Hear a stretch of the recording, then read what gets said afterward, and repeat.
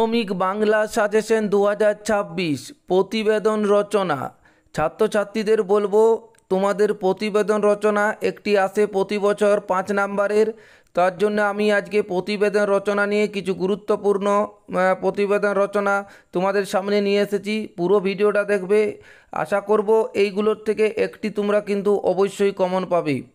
তো চলো দেখি আজকে প্রথমে 1 নাম্বার দেখো কি বলেছে, তোমার বিদ্যালয়ে অনুষ্ঠিত হলো স্বচ্ছ ভারত অভিযান, এ বিষয়ে একটি প্রতিবেদন রচনা করো।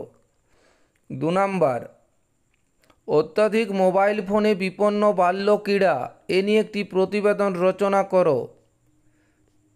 3 নাম্বার, বিজ্ঞানের ফাঁদে সাধারণ মানুষ, এ বিষয় অবলম্বনে একটি প্রতিবেদন রচনা করো।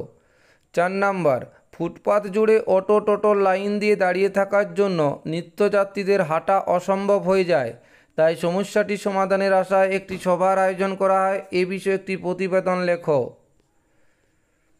অতিবর্ষণে উত্তরবঙ্গ প্লাবিত, এ বিষয়ে সংবাদপত্রের জন্য একটি প্রতিবেদন রচনা করো। 6 নম্বরে, কোনো গ্রামীণ এলাকায় একটি সরকারি হাসপাতাল উদ্বোধন হলো।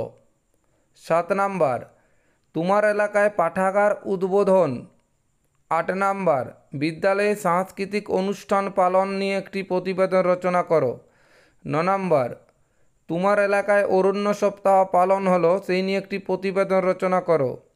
10 নাম্বার, তোমার পাড়ায় একটি রক্তদান শিবিরের আয়োজন হয়েছে, সে নিয়ে প্রতিবেদন রচনা করো। 11 নম্বরে দেখো, সেলফি তুলতে গিয়ে দুর্ঘটনা, এ নিয়ে একটি প্রতিবেদন রচনা।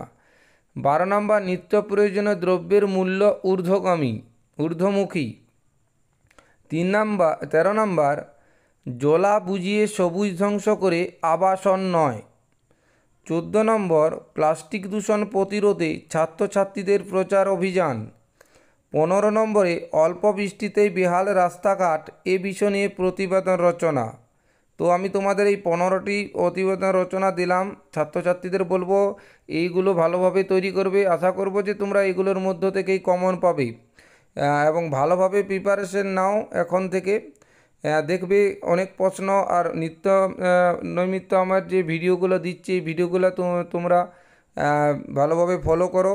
যারা এখনও সোমনাথ পাইন বা পাইন স্যার ফেসবুক পেজটি ফলো করোনি, অবশ্যই ফলো করে দেবে এবং YouTube channel pine sir YouTube search করলে সেখানে তোমরা পাবে। তো বলবো যে প্রতিটি এই যে প্রতিবেদন রচনা বললাম, এইগুলো এক একটি করে তৈরি করো খাতায় এবং ভালোভাবে মুখস্থ করো এবং ভালোভাবে এখন থেকে প্রিপারেশন নাও। দেখবে তোমরা বাংলাতে অনেক অসুবিধা দূর হয়ে যাবে তোমাদের। তো সবাই ভালোভাবে প্রিপারেশন নাও এবং ভালোভাবে তৈরি করো। ধন্যবাদ।